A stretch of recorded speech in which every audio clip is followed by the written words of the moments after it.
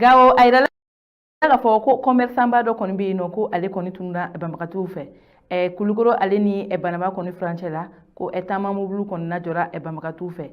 o temeni ga boye mi e kaye ngunu ngando era koni kumesina ko okuma nunu koni te chiaye ani o temeni ga boye gawo ale ni duwaza sira konna alibi o sira koni blogren do majugu koni fe ambalima o bisimila yi anga don kibaru koni ka bi ni kibara nunu ne bambulo ka nyafawe amina ndado ni kibara nunu koni aywa ko gawo ko commerçant ba do koni be no ko ale era koni tunna bambakatu fe aywa ko ani wale ngade koni masro do refa o de ka fo karido mi kunye utikalo kreta ani naniye ko gawo kindo koni be no ni ale era to aljana baja ni docteur fo kerefe ko ani commerçant bay kumbe no ko mado ko nana katikati ko na ko ki joga commerçant ko takatane wa o kele ngani walian ko ni ke ko utunna ma ko tado utara yoromina ani ko jano che ko kile fla ko ni bonyo ko gonna ayela ka fortuguni ko sanu fere yoro do fana ko ni kumbe ko ani walian nyogona kere o de ka fo maut nanu jongo bulda ka sanu imbela jelen takatane o amedom na ko bi mate nunu ko ni kibarado wa ko ona nyogona chama ne ko ni bi ka ke gawo ko ni edugu ko nala ko sabla nunte walia kuraye o de ko na gawo ko nun ko ni wulle do ko ga wele bla anganya go kon ma keren na anga chama che fanga mo ku ga wuli ga fereke wala sa ulube langana mi no fe kamini san chama wala sa obe segana uluka jamana kono ko sabula ulu koni bela jelen koni kono ganendo mate ga siga fo ike uyere taw ke ni bambagati nun koni kani wala che jugu koni aywa o temene nga boye kibara wala mambulu ka dokulo ka o de ka fo kulugoro aleni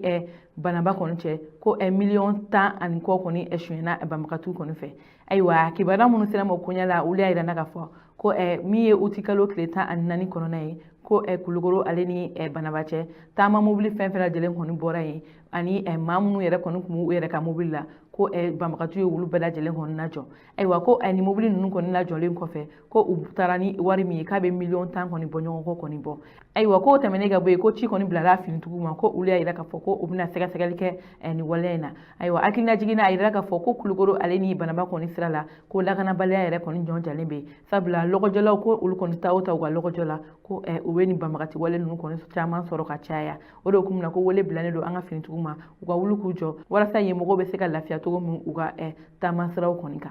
aywa o temene ga boye kai ngunu koni kumbese na kai laka fo ko mado koni minera ko akumna edugujo kono mugure koni bla kai koni ponka ko okuma nun koni te chien aywa kibara munu silama ule ayida na fo ko chien yere koni na mado koni kum minera mi kera wuti kalo klesheki ko siga kele ndo ko alela ko abolente manyana ma koni fe nga alani finituku koni ga seke lu sababu yala ayida ka fo ko eniye mai mi re kungulu koni defalente ko sobre ko kungulu la bana yere koni mbala nga ko tenitigi korolo ni abebo Niger koni edugu koni ka ale yere koni kuntemete do kaye koni dugu koni la wala to ko maw koni kunsikale ndo ala wole koni blara finituku ma ulu koni nana ka seke luke nga o ko fe ngunu nga wala koni bora ka yere ka fo ko o chekele ko ale koni ni dugu jugoro mugude koni do ka kunya bla kaye koni pon sanfe wa ko okuma nun koni te chien ko oye galon kuma ko bela delegi samaka bo okuma nun koni fanfe sabula ko bololo sanfe ngunu kuma chama koni bega ke